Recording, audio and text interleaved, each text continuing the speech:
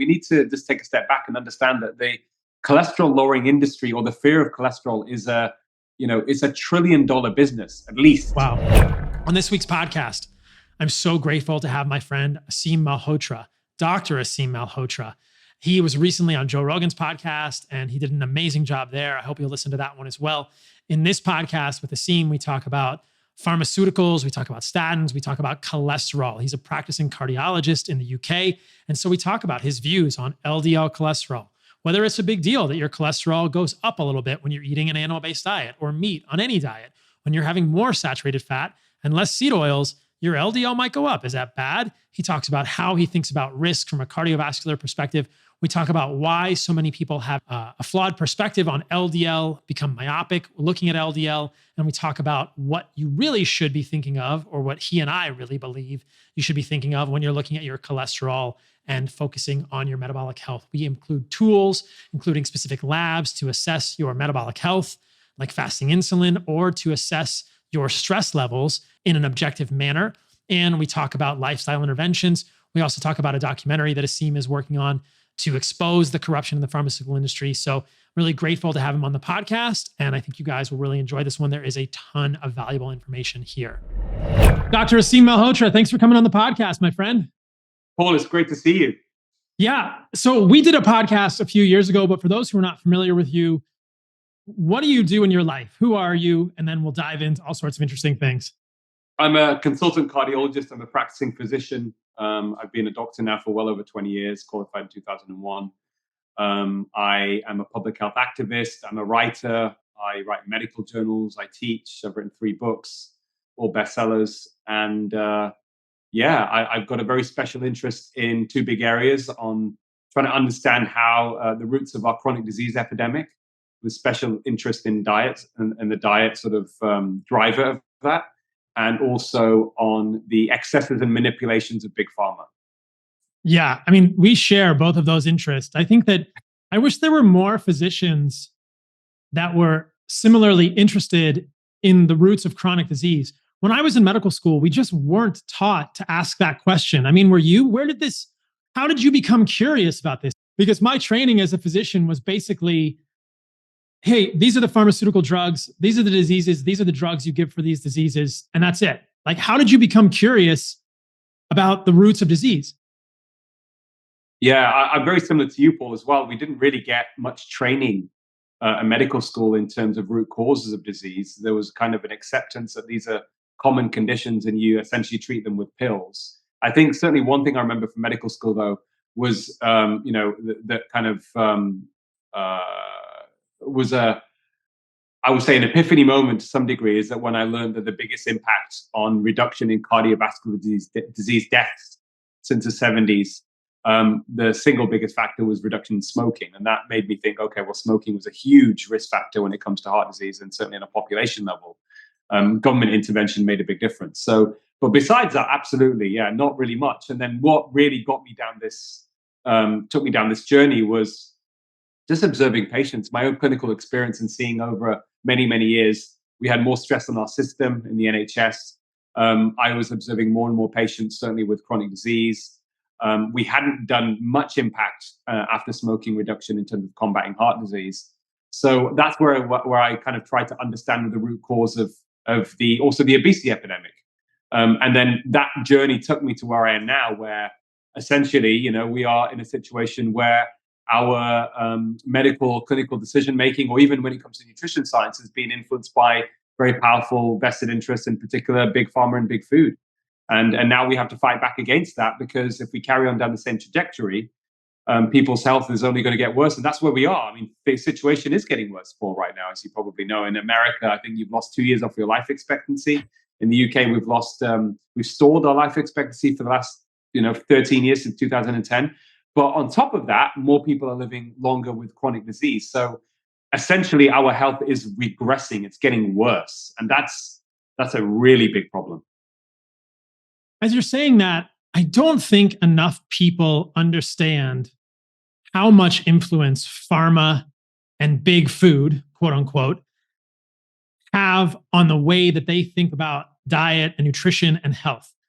So many of the studies And so much of the curriculum in medical school is directly and indirectly influenced by pharma and industry and big food. I mean, I posted in the past about the fact that 19 out of the 20 members of the 2020 to 2025 dietary guidelines in the United States, in the US government, had ties to pharma and to processed food companies, with ILSI, the International Life Sciences Institute, being the biggest funder of, but 95% of those people have those ties. It's crazy. And so there's just so much influence into the dietary guidelines that we're taught in medical school. You and I both, even though you went to medical school in the UK and I was in the United States. And then the way that we're taught to think in medical school is influenced by pharma. And then we learned this during the recent pandemic. The advertisements on television are programmed by pharma. This is crazy. Oh, absolutely. And I think the big conflict there is that these entities, pharma, big food, they are not there primarily at all. In fact, they have no interest in your health. They are there to make money, and they make money, unfortunately, we've realized more and more now, through fraud. I mean, through deception, deliberate, deception or lying in order to make money. That's what it is, and that's what they do. And it's almost become legalized, or acceptable, and that's a big issue. So, you mentioned the issue about the dietary guidelines in the States. We have something similar here. We have something called the Eat Well Guide in the UK, which is supposed to represent what's considered healthy eating or healthy diet pattern. And it's promoted by the National Health Service.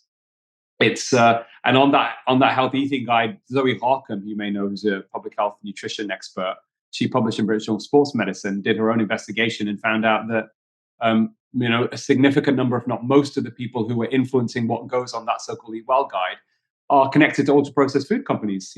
Companies like Mars, McDonald's, even Coca-Cola, Pepsi. It's like, and then when you look at the actual what's on that plate, there's probably a predominance of too much sort of low quality carbs and a lot of starch. But the thing that's really pretty extraordinary is that in the corner of this Eat Well Guide, you have things like potato chips, you have cakes and biscuits and that. And they put a little kind of disclaimer underneath on this healthy eating guide: eat less often and in small amounts. That's what they do.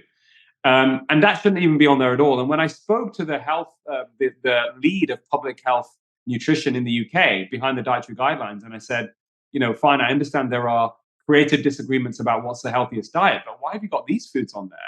And her response to me was, Aseem, you've got to understand one of the biggest contributors to our economy is the food industry. And I thought, what? You're supposed to be representing independent, evidence-based nutrition guidance, and you're talking about appeasing the food industry. So there you go. That really sums it up in a nutshell. We have the corporate capture of medicine and public health, Paul, and now we have to try and help people and guide them as leaders in this space, if you like, to try and fight back against this with education, empowerment, but also to try and influence the dietary guidelines and policies. It's wild. It's wild. Yeah, I'm so glad that you do the work you do. See you later, Sniffles. Check out this review on Immunomilk, our grass-fed colostrum from Heart and Soil Supplements. Lindy says, every summer I have suffered from allergies and exacerbation of my asthma. Normally, I'm loaded up on daily decongestants, corticosteroids, and antihistamines. I began taking Immunomilk, grass-fed colostrum from Heart and Soil, about 6 months ago, and I am nothing but impressed. This summer, I have rarely needed a tissue, let alone a pharmacy worth of medications. I am so happy to have a natural way to feel better. I think grass-fed colostrum is probably our most underrated supplement at Heart and Soil Supplements. So this is the first milk from cows. It is immunoglobulin rich. It is full of powerful peptides like IGF-1 and 2, TGF-alpha and beta, and colostronin, which is a peptide that has been studied and improves Alzheimer's disease outcomes in patients. There's a randomized controlled trial I talked about on last week's podcast. But colostrum is powerful for recovery, for allergies, for asthma, for immunologic issues, for gut issues. This is probably one of my favorite supplements at Heart and Soil. You can find all of our supplements at heartandsoil.co. And our mission is to help you reclaim your birthright to radical optimal health. All of our supplements are in glass containers, never plastic, because plastic is bullshit. Check out colostrum. I think if you're an athlete, if you're trying to heal from anything like this scar on my head, if you have gut issues, if you have any immune issues, grass-fed colostrum could be very helpful. There are literally hundreds of studies on the power of colostrum for humans. So check it out, heartandsoil.co. Do you want to, I think it would be fun, I think maybe to tell the story of sugar. And I think maybe in the podcast, later in the podcast, we'll get into different types of sugar and high fructose corn syrup. But do you want to start with the story of sugar and just, this has been going on for a long time. This way that big food has kind of been connected with our government and influencing what we think of as healthy and not healthy. I mean, there's a story here about sugar industry paying off people to shift the blame away from sugar toward fat, which is probably a lot of the root of our paradigm that's ingrained and programmed into so many of us that fat is bad for us, especially saturated fat. But do you want to tell that story for us? Because I think people would be interested if they don't know this history of the last 80 years. Yeah, and actually that's, where I got my particular interest in the food issue was actually all related in many ways to cardiology and heart disease. So, from 1920 up until 1960, 1970, there was an significant increase in heart disease in the US, and scientists trying to figure out what was causing it. And of course, this is well before we realized tobacco was a big issue. We'll come on to that later. And in that discussion or debate, there were two kind of lead scientists, if you like, who were loggerheads. One was Ancel Keys, American physiologist from University of Minnesota. And he postulated that he thought that saturated fat was the main driver of increased cholesterol and heart disease. Whereas John Yudkin, who's a British nutritionist, he was very much thinking that this was driven by sugar. And, ultimately it culminated in Ancel Keys winning that battle, the PR battle, if you like, to change dietary guidelines. Part of it also was the fact sugar industry was very, very powerful. They supported Keys and they were able to kind of discredit, if you like, Yudkin. And what happened ultimately is because of this flawed science, it resulted in dietary guidelines changing in the US and in the UK, initially in the US in 1977, then UK in 1981. Where there was now a guidance, having before primarily most people understood, our grandparents, whatever else, that actually starch and sugar was what caused weight gain. And suddenly they changed the guidance saying we should limit our total calorie consumption to 30% of calories from fat and less than 10% from saturated fat. And as a result, people automatically increased their carbohydrate. But what happened is the food industry took advantage of this flawed science and started marketing all these low-fat foods. And, fat was a demon.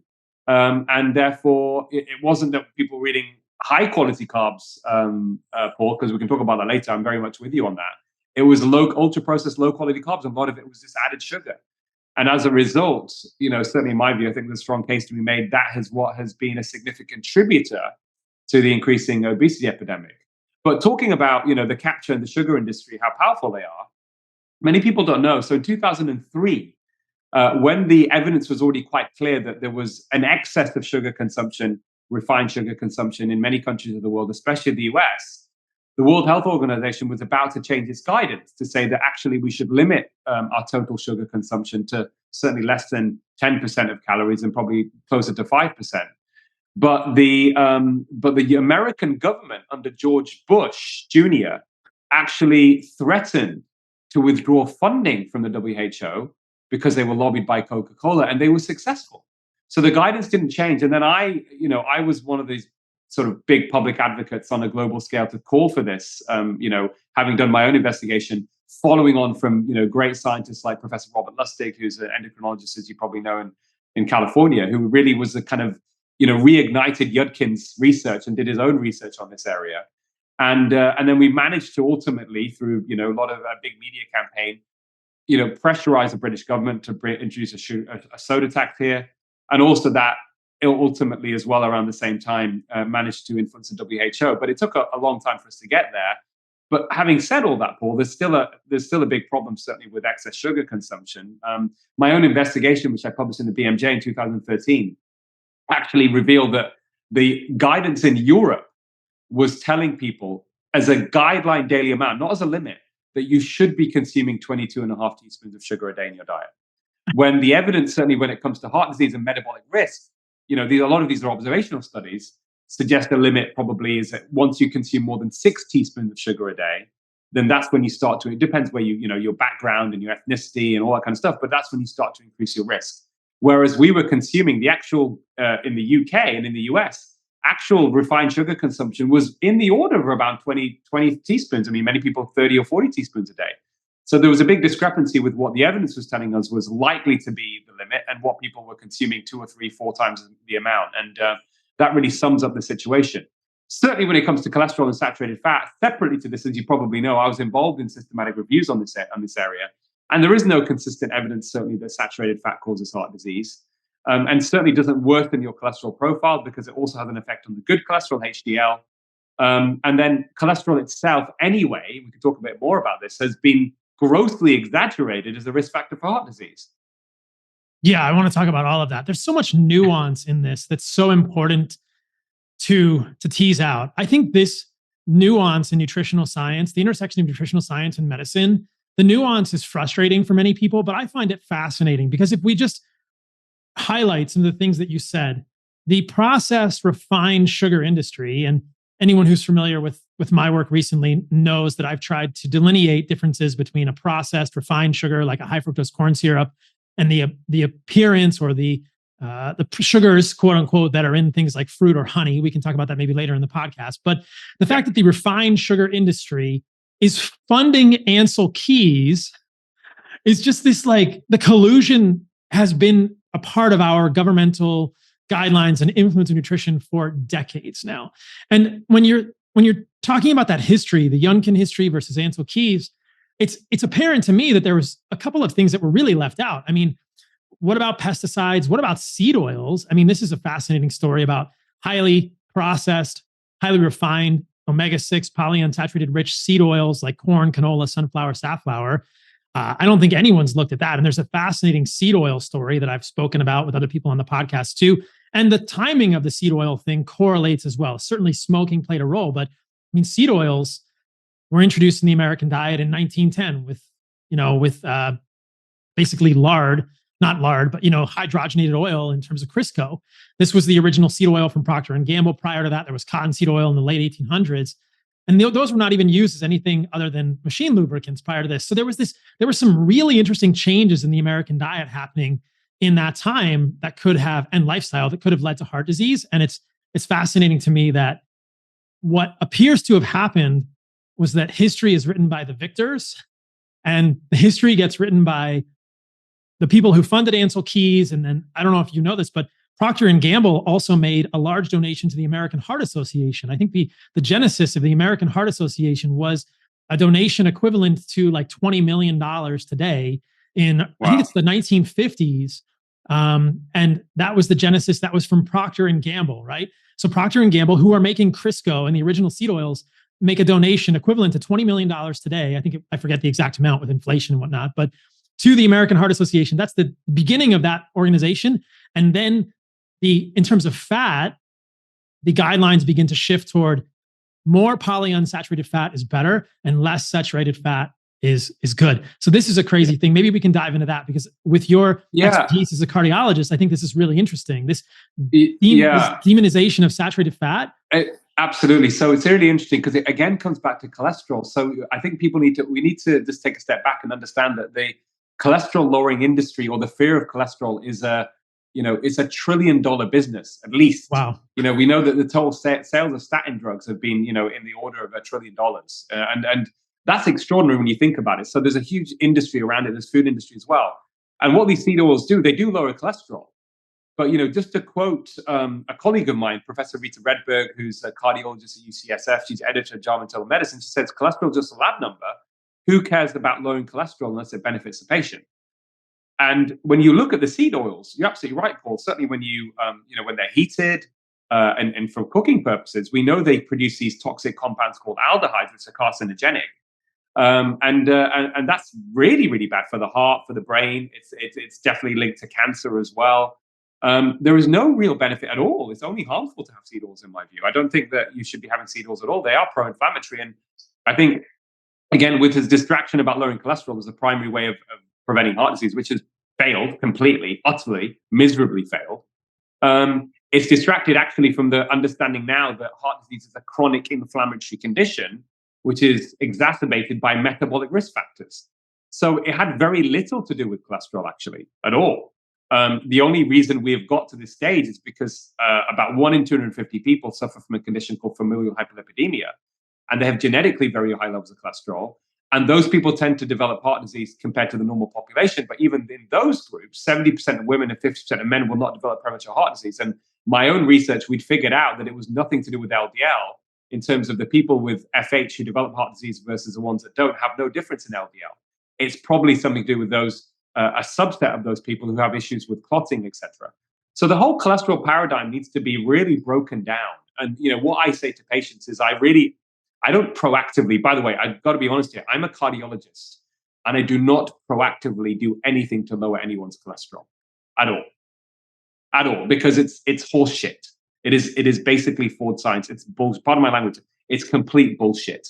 And we have shown that there is no correlation with prevention of reducing heart attacks and strokes in the systematic review in BMJ evidence-based medicine. People look that up, me and 2 other cardiologists.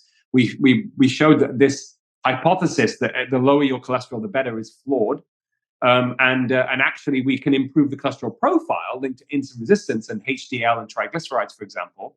But if we focus on insulin resistance, so the cholesterol profile improves. But total cholesterol and LDL itself, there should be for the overall majority of people, there should not be a public health drive to lower it for the sake of lowering it. Absolutely not. It's so interesting to hear you say that, because I've talked to other cardiologists who agree. I've had them on the podcast, and I just need to get a cardiologist on the podcast who thinks that you need to lower cholesterol so we can have a respectful debate. Because, it's so interesting to me that so much of the population believes that cholesterol is bad. When I talk about including more nutrient-rich animal foods in the human diet, that's kind of the center of my message. I think the single most common question I get is, what about my cholesterol? Won't this raise my cholesterol? So over the last 80 years, the pharma industry, I'm not sure who is behind it, food industry has done a very good job of programming the general public, mostly through media, that cholesterol is bad, as you're saying. And there's this mass hypnosis of cholesterol lowering without really any attention or awareness of underlying metabolic health. I can't tell you how many people write to me or text me and say, I'm eating your diet, I'm eating meat and organs and fruit and honey, and I feel great, but my cholesterol is up. What do I do? And I'll ask them, did your doctor check a fasting insulin? And I don't think I've ever, not one time, heard of a quote mainstream physician checking a fasting insulin. As physicians in the United States, and perhaps also in Britain, we're just not taught about how to contextualize the lipid panel. I love the way you're describing this, that your lipid panel can change, but just looking at LDL, HDL, triglycerides, and total cholesterol, that's just not the whole story. You just can't, I don't think you can make clinical decisions about someone's cardiovascular risk with those metrics. It's just, you can see them change in a way. And oftentimes, like you're saying, when someone eats more saturated fat from animals, butter, tallow, whatever, their LDL cholesterol, low density lipoprotein, may go up, but usually the triglycerides go down and the HDL goes up. And so, but physicians, at least the ones that I've come across peripherally, are so myopically focused on LDL. It drives me nuts. Yeah, I think the way to describe it, certainly amongst physicians and members of the public, is the indoctrination is so deep on cholesterol being bad that even educated people think they're being objective. This is. It takes time to overcome this, and that's what we've been trying to do for many years. But it's very clear. I tell you what's interesting as well, just to muddy the waters a little bit. Paul, a few years ago, I was also involved in a systematic review in BMJ Open, published in BMJ Open, where we looked at people over 60 to see was there an association of LDL cholesterol and heart disease. And the reason we looked at that, something that's forgotten from the original Framingham study, which started in Massachusetts in 1948 and went on for 30 years, which followed up 5,000 people. And we got lots of risk factors for heart disease from there, like smoking and high blood pressure and diabetes, and even high cholesterol, is that once people, there was an association at very high levels of total cholesterol, like well over 300 milligrams per deciliter, right, which most people don't have. But once you hit sort of 50 or 60, as cholesterol dropped, mortality increased. So we thought, this is interesting. Is there something different in the older age groups? So we looked at people over 60 to find an association with LDL cholesterol and heart disease. One, there was no association. What was really interesting, though, there was an inverse association with all-cause mortality and total and LDL cholesterol. In other words, the higher your cholesterol, the less likely you are to die. And what's been forgotten in all this obsession with heart disease is actually cholesterol has an important role in the immune system. And older people are more vulnerable to dying from things like infections like pneumonia, for example. So it's probably a protective effect in the older groups. Separate to that, publication in BMJ just a couple of years ago followed up 100,000 people over around 10 years in Denmark. And they tried to find what was the optimal level of LDL cholesterol when it comes to longevity and lifespan. And that optimal level is well above what would get you a red flag from your doctor in terms of lowering LDL. So in UK terms, it was 3.6 millimoles per liter, which I think is about 140, between 140 and 160 milligrams per deciliter. That is actually considered optimal for lifespan. Now, just to tell you on a personal level, my LDL is lower than that. So I'm a bit concerned. So I'm proactively trying to increase my LDL. So I'm eating more saturated fat at the moment, Paul. Yeah, absolutely. My triglycerides and HDL are great, but I want to make sure that my longevity is better. So I'm trying to increase my LDL right now. How interesting and slightly ironic that so many people in the longevity space are trying to lower ApoB. And let's just clarify ApoB versus LDL. ApoB is a lipoprotein found on low density lipoprotein, LDL cholesterol, which is a lipoprotein sort of balloon. It's a bus that carries cholesterol and triglycerides throughout the body. But ApoB is also contained on a few other particles, different types of ApoB on chylomicrons, VLDL, et cetera. But so when we're talking about ApoB, it's essentially synonymous with LDL at a high level. But there are many in the space, in the longevity space, who would say, no, you want your LDL, your ApoB as low as possible to optimize your longevity. It's just the discord here, the discordance is striking. Yeah, just to explain, just to give people, to try and play devil's advocate, but we can counter this. One of the other reasons why people are so obsessed with lowering cholesterol is that I think when it comes to total and LDL cholesterol in general, 80% of it is genetic, right? You can influence the profile with diet. So people with genetically low cholesterol, Paul, certainly from Framingham, they didn't tend to develop heart disease, certainly up to the age of 50 or 60. There was no heart disease. So there is a presumption that because they had people with genetically low cholesterol or had low cholesterol didn't develop heart disease, we should lower it. And that doesn't make any sense because this Mendelian randomization we talk about means there could be other genes, and probably are, associated with low cholesterol that actually are the driving force between not developing heart disease and longevity, but it's actually nothing to do with the low cholesterol itself. And I think that's been, this has been a reductionist mentality. Now, with the best intentions, evidence evolves, I think those scientists genuinely believe what they were doing. But now we're well past that stage where there's so much evidence to debunk it. It shouldn't continue. The reason it continues is these powerful industries have profited from this flawed science, and then they control the universities and academics. Like most of the research funding now, certainly in nutrition science and in drug development, to universities comes from pharma or big food. So the people who are calling the shots, ultimately are these powerful entities that lie for profit. We know that. But the problem is the public and doctors aren't aware of these system failures. They think that the guideline bodies are independent and they are rigorous, and that anything published in New England Journal of Medicine or the Lancet is gospel truth. When most published research findings, according to the Stephen Hawking-like figure of medicine, Professor John Ioannidis at Stanford, most published research findings are false or certainly misleading. And I think that's a discussion we need to start having. And that brings me back to something else very briefly on medicine, and is that this sociocultural phenomenon where people think that medicine is an exact science, that when it's not an exact science at all. It's an applied science. It's a science of human beings. It's a social science. It's evolving. It may be, one diet, as you were going to talk about, one diet for one particular person at a particular time may be good for them, but may be harmful for another. So I think there's a lot of nuance here that is lost. And that part of that is because of this lack of appreciation that actually good health ultimately doesn't come from a medicine bottle. Good health comes from lifestyle. And your doctor isn't somebody that ultimately is going to be you're not going to have the best health purely because of what your doctor tells you. Most of what determines your health happens outside the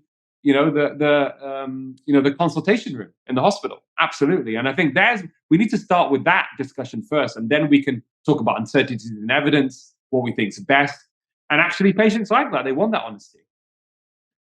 I just want to highlight what you said there because it's so important. And this is fairly technical. So if this is confusing for people, just kind of skip past this part. But you talked about these Mendelian randomizations, which are abbreviated MR, and similar to that are genome-wide association studies, or GWAS.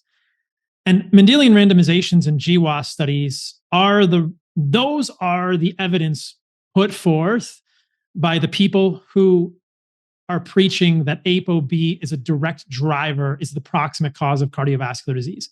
And you said it so well, you explained so well how they can be flawed. These are not studies that are looking at interventions, that they're looking at genetics, and they're looking at the association of certain genetic phenotypes. So a phenotype is the expression of your genetics. It's how it looks physically in the world. And some people have genes which lead to lower LDL cholesterol. And some people, as you mentioned earlier, have genes which lead to higher cholesterol. And the people on the high end are often considered to have familial hypercholesterolemia or familial hyperlipidemia. And as you said, many people, but not all people, in the familial hyperlipidemia cohort do tend to develop atherosclerosis. But there are many people in that cohort also who don't develop atherosclerosis. And often there are over 2,000, I think, genetic polymorphisms that can lead to FH, familial hyperlipidemia.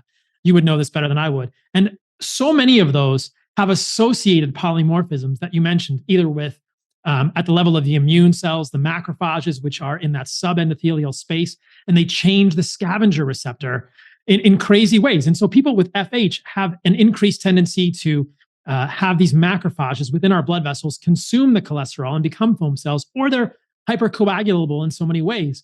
And on the other end, which you briefly mentioned, people with low genetic cholesterol may have polymorphisms which are not at all related to cholesterol, but maybe related to clotting or immunologic, the immunologic roots of how a plaque forms, how a fatty streak forms in the arteries. And so I think that you're so right. These GWAS, these Mendelian randomizations, which form the foundation of the ApoB argument, are inherently flawed.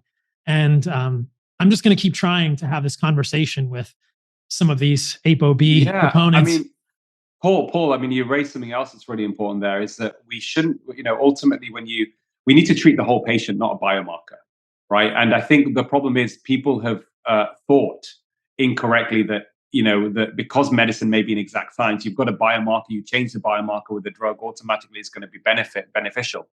But actually, certainly when it comes to drug therapy, you have to look at the double-blinded randomized control trial, that if you do affect that biomarker, even if it's associated with the disease, does it make a difference? And that really gives you an answer. And certainly when you look at statin drugs, for example, which are one of the most prescribed drugs on the planet, it's estimated certainly statins are offered to about maybe 1 billion people in the world. I mean, that's an extraordinary figure. And I know in the United States, there's probably maybe at least 50 million people taking statins, maybe more. Is that what patients are not told is that when you break down the information on the benefits of the statins for what's important to patients, like preventing heart attack, strokes, death, for example, certainly if you are at low risk of heart disease, you've not already had a heart attack, or you haven't been diagnosed with severe coronary artery disease or angina or had a stent or a bypass, that kind of thing, then you have at best, right? This is still industry-sponsored data that's non-transparent, right? But at best, you have a 1% chance, a 1 in 100 chance that if you take that pill religiously for 5 years, it's going to prevent you having a non-fatal heart attack or stroke if you do not get side effects, but will not prolong your life. And really, medicine should be, and this is well documented from researchers in this field. I've been a big promoter of this. Is that actually giving patients information in this way is actually at the heart of ethical, evidence-based medical practice. You need to give patients numbers in a way that they can understand, which is free from coercion and manipulation of their hopes and anxieties.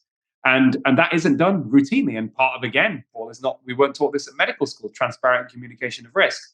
So I think that highlights, if you like, what people should be really asking is that when a patient goes to their doctor, it should be, do I really need this drug? What are the absolute benefits and what are the absolute harms? What happens if I do nothing? And are there any safer or simpler alternatives? And of course, you and I know one of the most powerful alternatives to medications for chronic disease management is lifestyle change. And lifestyle change won't just improve your lifespan, most likely. But one thing it can do, which most of these pills cannot do, Paul, is improve the quality of your life. And I think let's dig into statins, because before I went to medical school, I was a physician assistant and I worked in cardiology for 4 years. And ultimately, I went back to medical school and got my MD. But when I was in cardiology for 4 years, I gave out a lot of statins because I did what I was told as a PA.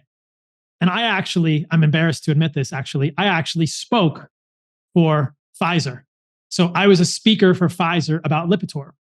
As a PA, it seems prestigious to speak to other physician assistants or physicians about a statin drug. I'm early in my career. It's an interesting thing. Pfizer gives you slides. You can only use their slides. And you have a nice dinner. They pay you a few $100s and you talk about their drug. And I thought I was doing the right thing. But it's so interesting because in those slides about Lipitor, there was data saying, oh, the incidence of myopathy, muscle aches is very low, right? 1 in 20 or maybe even less than that. No, it was less than 1%. Less than 1%. Yeah. Yeah. But my clinical experience was very different than that. And I think yours is as well. So let's talk about how statin manufacturers tweak the evidence, really how I got misled and where this whole statin industry, it's corrupt at its base. And I think it's a good illustration of what we've been talking about. Yeah, no, yeah. So interesting what you say, Paul. I actually was in a similar position to you in the sense that I used to be the guy that when the patient came into, accident and emergency or the ER, diagnosed with an acute heart attack, and we're about to take them to the cardiac catheter lab to do an angiogram and treat them, as well as giving them blood thinners, I would be the guy very early on under the false belief thinking statins even had an effect acutely, and would be prescribing 80 milligrams of atorvastatin in the ER before the patient's even gone to the cardiac catheter lab, right? So I understand that indoctrination completely. And I think one of the reasons we were indoctrinated, again, is that we wouldn't question, medical journals who would say this is, if you take a statin, you've had a heart attack, you've got maybe a 50 or 70%, risk reduction. If you're high risk, for example, you've had a heart attack from having another heart attack. And we believed it all without even accepting or thinking about any alternative or the fact that this could have been corrupted information. So that I think is still a big problem amongst many doctors. So we understand, we've been there. But actually, when you look at that data, you realize that we ourselves had an exaggerated belief in these medications because we were thinking, in relative risk terms and not absolute risk terms, first and foremost. And just for people to understand who are listening, if you have a clinical trial, let's just say, for example, you have 100 people you're following up over a 5-year period. And you, in the one group of people, 100 people, say there's 200 totally in the trial. One group has the 100, one group has a dummy pill, right? And the other group takes a statin. And the people in the dummy pill group, out of those 100 people over 5 years, 2 of them end up having a heart attack, right? But then in the statin group, only 1 person has a heart attack. And therefore, the relative risk reduction is 50%. You've reduced it from, 1 out of 2 people. Instead of 2 people having a heart attack, you reduce it to 1. So it's a 50% relative risk reduction, which sounds very impressive. But the actual risk reduction, absolute risk reduction, is 1. You've only saved 1 person out of 100 you've treated from having a heart attack over a 5-year period. So that's more accurate. You should be telling the patient there's a 1% chance, so that means 99 out of those 100 people who took the statin didn't get any benefit at all. And I think that's something that is a very nice way of explaining and understanding how doctors and members of the public have been deceived, if you like, to some degree, into thinking that these pills are more beneficial than they actually are. But, the second thing you mentioned as well, your clinical experience then made you think, hold on a minute. And I was the same. I was seeing so many patients that clearly seem to have statin side effects, but particularly fatigue and muscle aches, quality of life limiting side effects, which on an observational level, managing and seeing hundreds, if not thousands of people over many years in clinics and in hospitals, was the fact that figure in our own experience was a lot higher, maybe 20, 30% of those patients. I'm thinking, hold on a minute. So that's really where I started my journey to really investigate all of this, and then realize that the data that was being used on clinical decision making was non-transparent. It was commercially confidential. It was drug industry sponsored and funded. The data was, and then there were researchers that were churning out guidelines that were all getting funding from the drug industry. So once you realize that, you understand that this is really a form of institutional corruption. But the patients get a bad deal, because the patient in the consultation room will think that the most important thing they can do is lower cholesterol.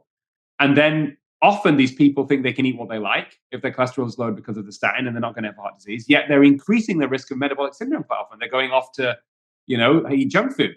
There's a great one of my there's a slide I use in one of my talks which actually shows visually somebody that is clearly very, very overweight, who's sitting with a table, on a table of burgers and fries, and there's a little kind of like a cloud, with some text, of him thinking, it's okay, I'm on statins, right? I can eat this, it's okay, I'm on statins.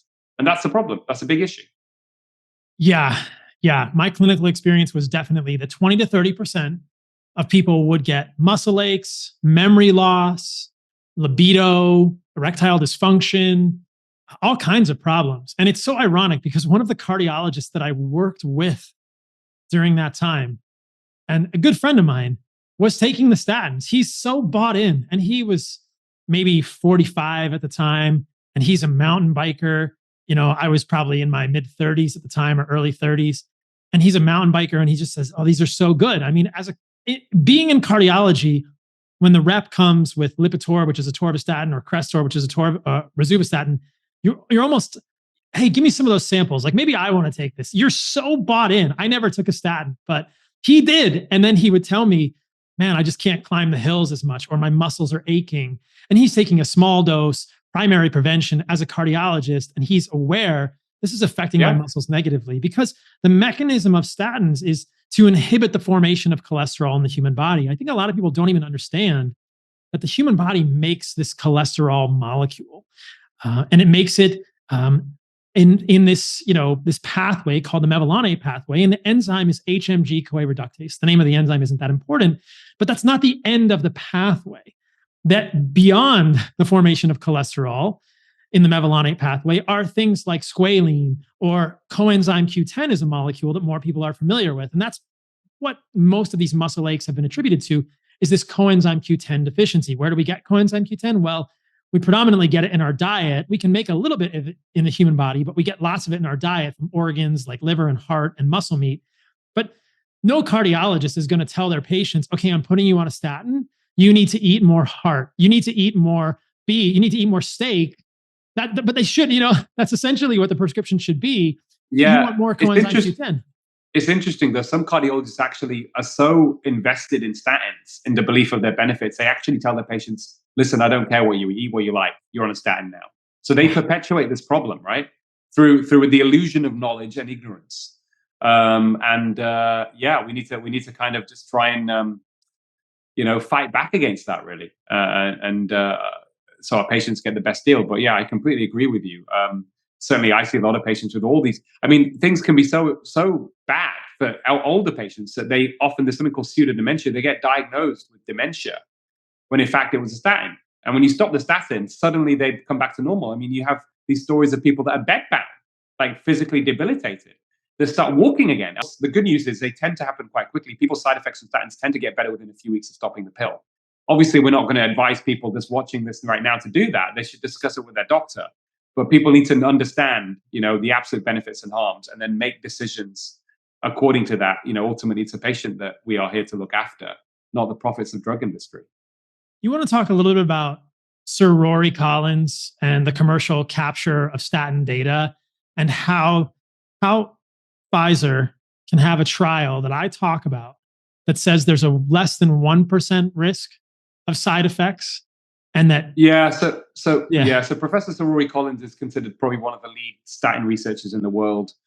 He took issue with me and John Abramson from Harvard because we published articles simultaneously in the BMJ where we suggested that about 20% of people suffer unacceptable or disabling side effects from statins, and he was not happy about that. He has, dedicated his life and his work to statins. He is at Oxford University, but his department certainly has taken, I think, well over £200 million of research funding from statin companies. He will say, of course, that doesn't influence, his analyses, but I personally think that's a big financial conflict of interest.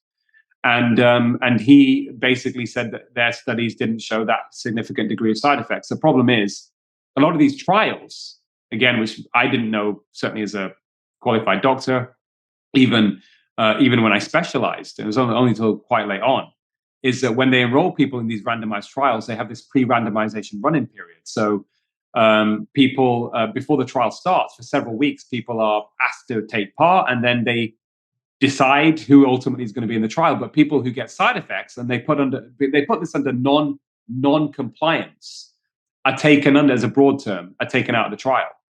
And therefore, you're left with a selected group of people, certainly at the beginning, who probably got side effects early on, and then we thought we're better not keep these people in the trial. But the results are only reporting on the selected people that didn't get side effects early on. So you've already created a bias there, Paul. And I think that's a big issue. Over time, they were able to figure out, I think, the drug companies, because they designed the trials, right? Who is likely to get side effects. So then they would choose people to go in the trials who were less likely to get side effects. And therefore, you get a biased result from what's in the trial does not reflect what happens in the real world. And certainly, there's a great online article. I think it was from it was something called Cholesterol Myth. So side effects not a myth from statins, something like that. And I think it was American College of Cardiology, and I wrote about it in my book, Statin Free Life.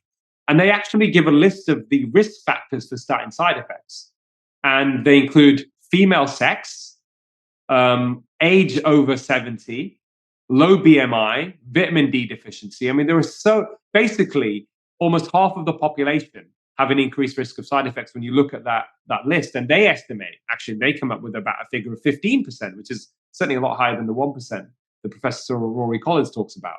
So I think there's a massive discrepancy there. And clearly, I think the rule of thumb now is any industry-sponsored study, to be honest, Paul, should be seen as marketing until proven otherwise. Or at the very least, the results should be taken with a pinch of salt, that they are going to exaggerate the benefits and the safety of those medications. And if every doctor and member of the public knew that, I think we would practice a lot better medicine. We would stop over medication.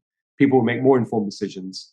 And it's not that we don't have an alternative. We also have the power of lifestyle as well. Yeah, and I want to talk about that in a moment. But I just want to note that in parallel, one of the main researchers at Tufts University, who is behind the Food Compass guidelines, the sort of infamous guidelines that place frosted mini wheats and Honey Nut Cheerios above whole eggs and beef in terms of overall nutritional value for humans, and who has published many studies, some meta-analyses, which are, I would say, have many deep flaws on seed oils. He is funded by multiple seed oil companies, including Bunge, Bunge, which is the major producer of seed oils, a major producer. I'll actually put on YouTube, I'll put a screenshot of disclosure from one of his recent studies showing that he is funded by Bunge. So this is happening across the sort of health space. It's happening across medicine, that the researcher who is being cited by fact checker websites, when I am getting cited for misinformation on Instagram or other social media platforms saying seed oils are harmful to you, they're quoting this guy and saying, look, this professor at Tufts said they're not bad. He's funded by the seed oil. It's just crazy. The corruption runs so deep. And I think this is why it's so important to let people know what's going on here and follow the money, right? There's not a lot of money in beef tallow. There's a lot of money in a highly industrial processed oil. Yeah.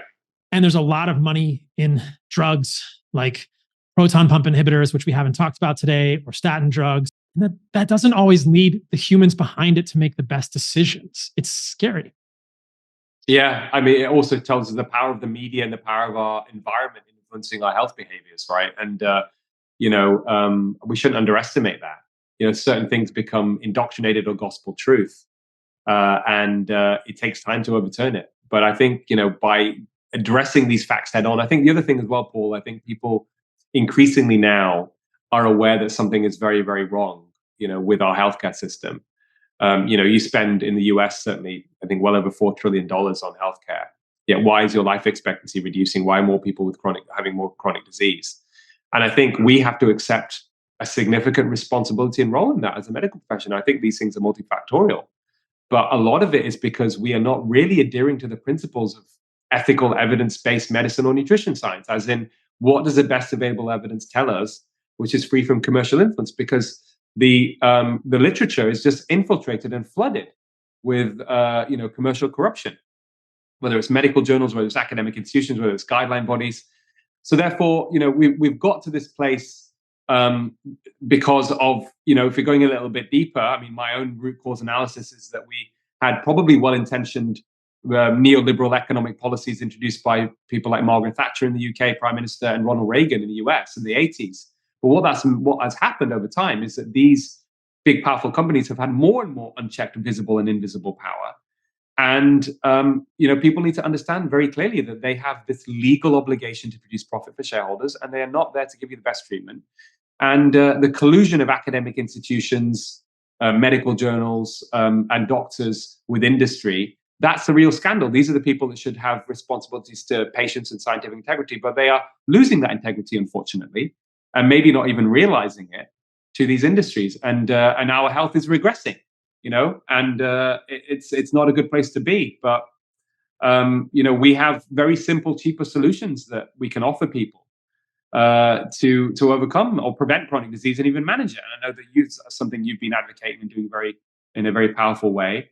And we just need to keep hammering it home and just educating people to understand the system is not working for them.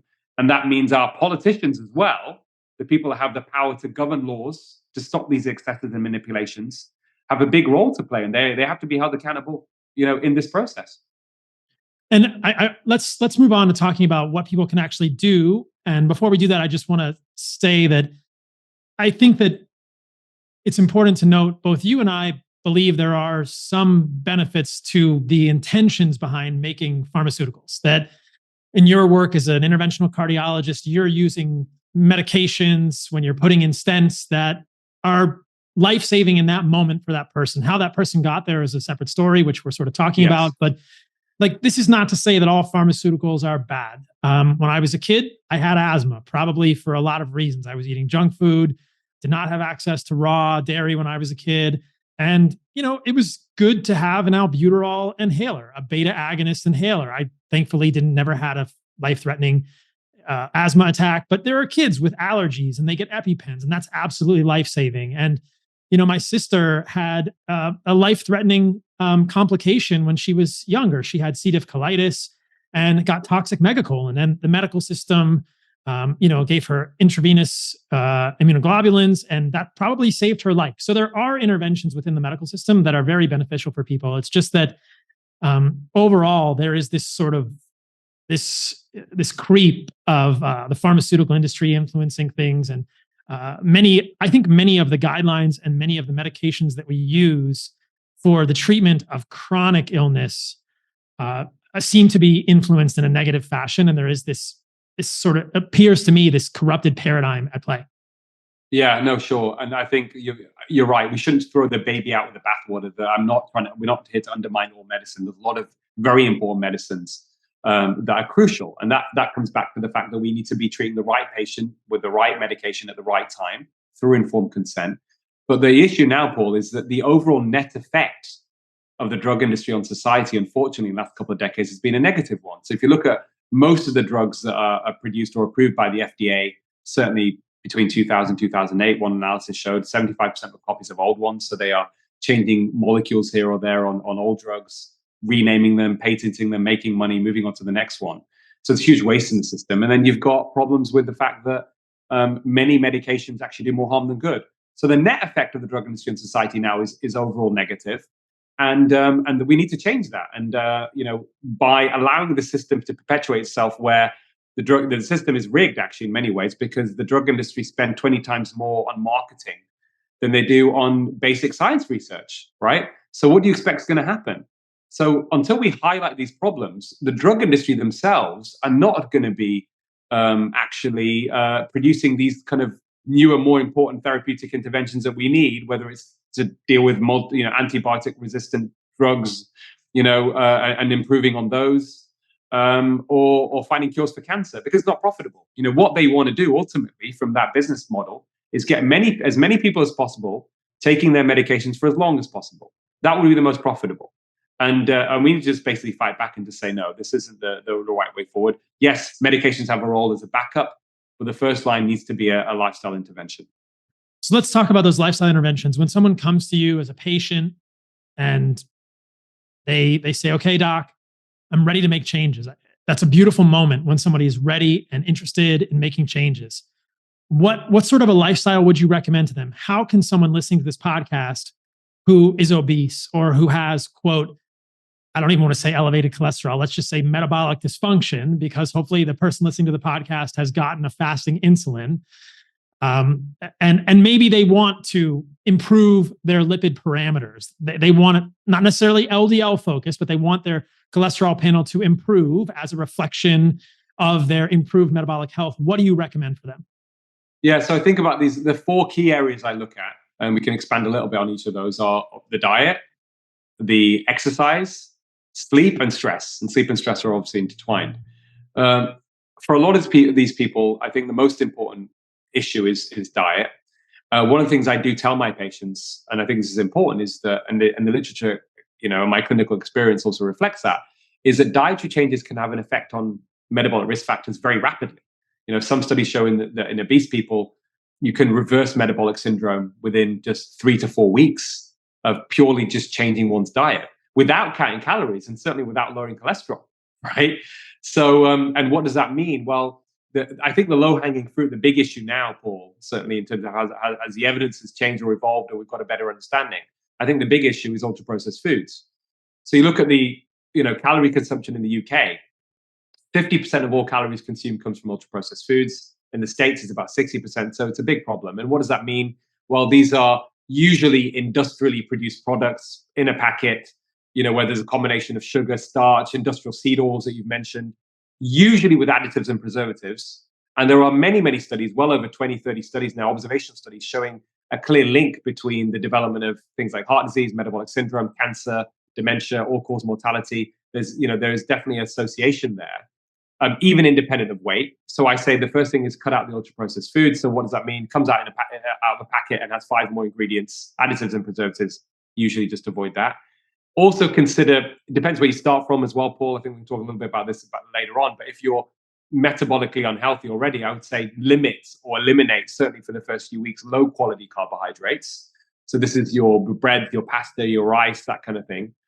And that would be a starting point. In terms of what I advocate for, I say, listen, mixture of whole fruit. I'm very much an advocate for the components of the traditional Mediterranean diet, I think where we have the best evidence, which seem to be anti-inflammatory. So in one sense, you're targeting insulin resistance by reducing the refined carbs. On the other side, you're trying to introduce foods that have some anti-inflammatory properties with some evidence behind them. I know there's not a lot of great evidence in nutritional science, but in terms of RCTs and that kind of thing. So I would say, whole fruit and vegetables. I would say oily fish, omega-3s are really important, at least 2 or 3 times a week. Nuts and seeds. And then I say once you get the base right, I'm not bothered about you having red meat and all these other things, saturated fats. It doesn't bother me, right? So enjoy to your heart's content. And that's where my focus on the food side would be. When it comes to exercise, listen, you don't need to be pounding it in the gym. Do what you enjoy, right? That makes you feel good. And certainly when you look at the evidence from communities where they have high longevity, about this, the blue zones, they didn't have gyms, but they were outside. They were getting vitamin D. They were walking, a brisk walk, 30-minute brisk walk once a day in terms of health is great. Of course, as you get older, there are issues with muscle mass, etc., and deteriorating muscle mass. So probably doing something with a little bit of resistance is probably a good idea. And making sure you're eating enough protein. That's really important for older people. I'll be fascinated to hear your thoughts on that. And then really, I think one of the elephant in the room now, which we're not addressing very well, Paul, is chronic psychological stress. And certainly that has been a big issue for many people for a long time. It's probably worsened during the pandemic. When you look at it as an odds ratio or risk for heart disease, we've got good evidence now suggesting that chronic psychological stress, which affects many people, if not most people, has a similar risk for heart disease and heart attacks as being a smoker or having type 2 diabetes or having hypertension, which is huge. And the mechanism of action is probably because of stress causes increased inflammatory markers in the blood, causes chronic inflammation, and increases thrombotic factors in the blood as well. So that's probably where it has that mechanism of action. So what do you do about it? Well, it also comes back to other things you need to think about before we get into things like meditation, about, the quality of relationships. Are you socializing enough? The two most biggest causes of stress that people have are work and relationship stress. So are there things you can do in terms of your day-to-day life on these external factors, or to mitigate the stress from concentrating on those external factors? It may even mean you need to change your job. I mean, we have to really think deeply about these things, because it damages health quite profoundly. And of course, one of the things I do ask people to do, certainly those people who have got heart disease already, and there is some data on this, and this is quite fascinating, is meditation. So a very interesting observational study done in India, called the Mount Abu Hot trial. People can look this up. And I actually know the cardiologist who conducted it. He's an interventionalist. And this is in the early 2000s. And this is before statins were prescribed, actually, to these patients in a very sort of in a blanket way.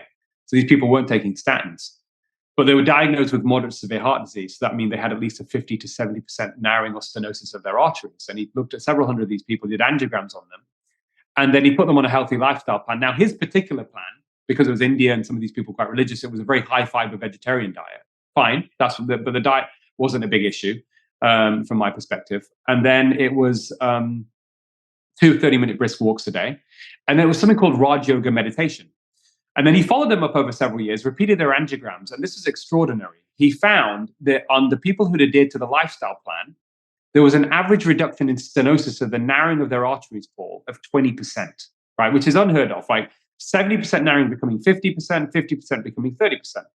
So then he tried to look into the data a bit more carefully to see what was the independent predictor? Was there any independent predictor from something called multivariate analysis? And the only factor that was an independent predictor for reversal of heart disease was 40 minutes of meditation a day. Yeah. Right. So that is fascinating. And I think the stress issue anyway, with a lot of people, is a driver of some of these poor habits and poor eating behaviors, because people turn to the comfort foods when you're stressed out. So I always, with my patients, I say this is, and you ask questions to these patients, right? I give them a simple question like 0 to 10, how stressed have you been in the last few years, blah, blah. And invariably, most of them are like 7, 8, 9, even 10. And they haven't done anything to address it at all, And I've had people who are like black belts in karate, who are like 45 years old, who are coming with heart attacks. And you go through the history and you're like, what the hell? How's this happened? He says, well, doc, my level of stress has been 10 out of 10 for the last 4 years. I've been sleeping 4 hours a night. Okay, here we go. Right, that's it. That's what's caused your heart attack at 45. So it's something that we don't think about enough, but it's really, really important.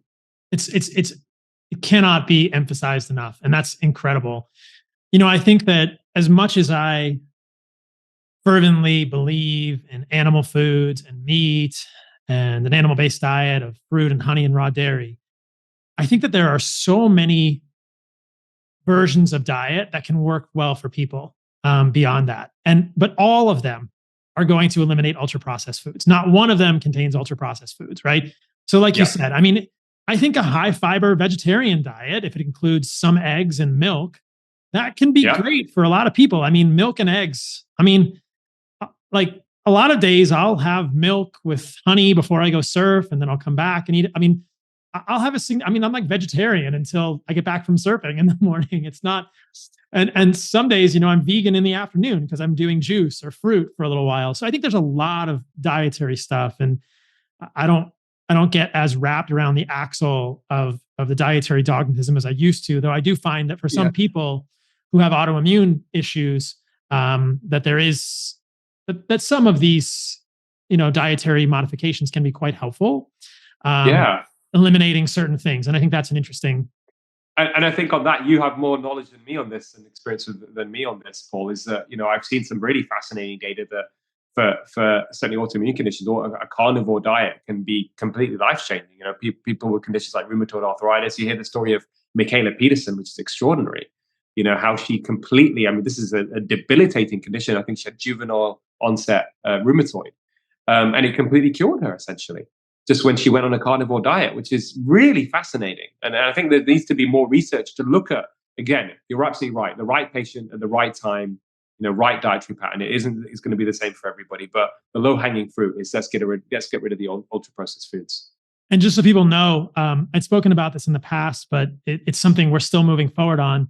There's a researcher at Utah State University, Stefan Van Vliet, who I've had on the podcast in the past, and we're still aiming at later this year putting a pilot randomized controlled trial in place, looking at people with rheumatoid arthritis or other autoimmune diseases and comparing the outcomes with a plant-based diet and probably the like a standard of care diet, which will have things that my hypothesis would not be as beneficial for an autoimmune condition, like lots of grains and things like this. So that research is hopefully happening in the near future. But I just want to come back to what you said about stress and sleep. Like that's another part that cannot be overemphasized. And I wish there were more of an objective metric for people. I know there are some of these HRV monitors that people can wear.